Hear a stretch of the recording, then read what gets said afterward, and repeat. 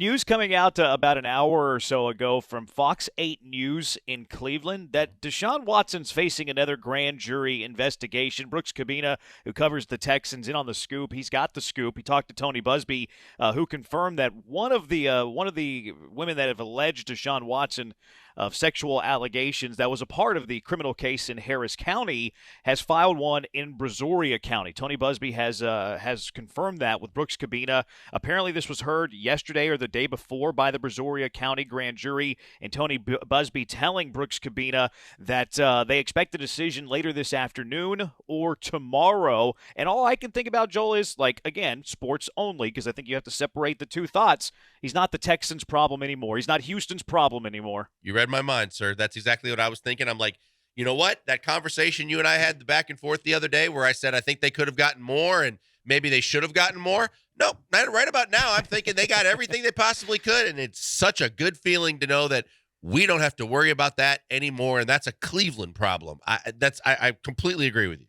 I think that's another thing that I'm viewing at it or another angle I'm viewing at it too, because there was a lot of local people, local media, like, oh, the Texans could have held the Cleveland Browns hostage. They could have, told them, no, we're not going to trade Deshaun unless you throw in a really good football player. I think that there was so much unstated value in this, and I think the national media picked up on it where the local media did not, Joel, is there's so much value of just washing your hands of the situation. You don't have to worry about, like, this is a surprise. Let's be honest. Nobody saw this coming. Whenever the Harris County grand jury said no criminal charges, everybody celebrated like he walked. No one saw this coming. This is kind of a curveball in the whole situation. But even this aside, just having to live through the civil cases, having to live through the settlements, if it does go to civil courts as well, having to relive it over and over and over again, I think there was so much unstated value of just washing your hands of the Deshaun Watson situation. No question, because when you think about it, if this had popped up, Jeremy, while they were trying to finalize the deal, if the Texans had indeed played hardball, you might find that the Browns went, oh, wait a minute now. This changes everything. Now we're going to give you less because of the fact that we don't know all about this case. And if this one actually has something to it, that it could change everything. So now instead of looking to get more, now you possibly could have gotten less.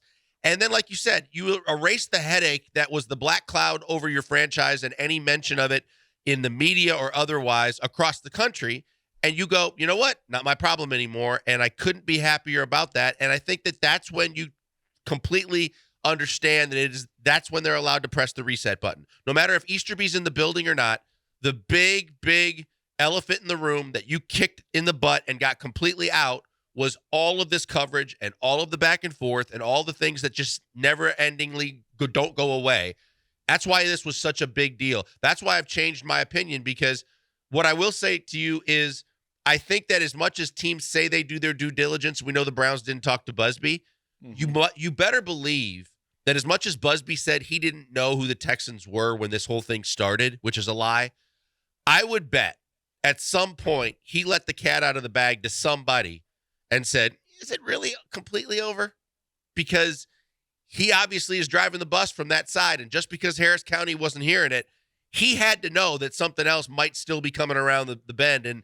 And however and whatever they knew and didn't know, they made the right decision. Hey guys, back to the video in just 1 minute. Before that, I want to tell you about Fitz Roofing. Fitz Roofing is dedicated to the loyal people of Houston, Texas. That means if you got a leaky roof or need a full roof replacement on your business or your home, or you want to get something done around the yard or maybe something around the house, Fitz Roofing can help. All you got to do is check out all their services at fitzroofing.com, and better yet, call them 832-521-3001. They'll come to you and do a free, no-obligation inspection that costs you absolutely nothing and tells you absolutely every way that they can help you fix your problems. Check them out and make sure you go to Fitz Roofing, because they have the best warranties in the business, the best ratings, and the best service. They're going to take care of you every step of the way. Fitz Roofing, making a difference, one home at a time. Yeah, I think from like an attorney point of view, Busby getting this information, not to say that it came from Busby. We don't know if Busby's the one who leaked it to this Fox affiliate in Cleveland, but he was there to answer Brooks Cabina's call when Brooks Cabina asked him to confirm it. So I think that comes into play. But Cleveland's problem now, and Deshaun Watson, the timeline there, it's already through the NFL transactions. That's important to note here. He is having his physical today. Reports are that is done. He's going to be around the Cleveland facility today, meeting with coaches, things like that, and then he's going to have a press conference tomorrow. I cannot wait for that press conference, and I hope he gets grilled with the pertinent questions tomorrow evening in Cleveland. you're a betting man, Jeremy. Because you are, I would tell you that the odds are going up by the minute that doesn't happen. Because Really? I don't think he wants to answer to this. And I don't think so you think the press conference is going to be scrapped? I think it'll either be scrapped completely or he won't speak and field questions for sure, because this is exactly what their biggest nightmare is. This is not just the Browns, but Deshaun and Rusty. Because literally on that Friday afternoon in downtown Houston, when they thought that they were completely wiping their hands of any criminal possibilities, you could tell they had a skip in their step. We heard from Deshaun personally, which we hadn't had happen yet.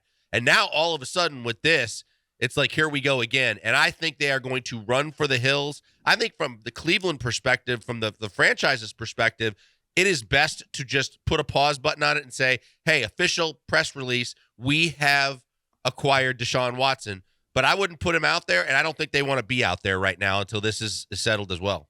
Yeah, you're probably right. Unless something gets decided today where the Brazoria County says that they're not going to file criminal charges as well, you're probably right. And I bet you Deshaun Watson would also just kind of deflect those questions. Well, there's legal situation going on. I cannot answer those questions. So you're probably right. But I am curious to see, if he's asked, well, why did you demand a trade from the Houston Texans? Like, okay, get rid of the criminal cases, get rid of the civil cases, get rid of the 22 sexual allegations. If he's going to plead the fifth, much like he did in the deposition with Tony Busby in the civil depositions that he had with the plaintiff's attorneys, I do want him to have to answer the question. If I could get one question in tomorrow, my question would be, why did you demand a trade from the Houston Texans? That's a great question. I think that there's so many unanswered questions that now that he's gone but not forgotten, that the Houston media should want answers to. Like, if it was Cal, why? If you knew that it was the owner who could never go, but you had, from the start of your career, great success here, and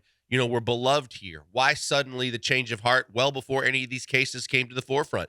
Those are questions that I would want answered. Why couldn't you speak to the media throughout, but speak, subliminally through rap lyrics?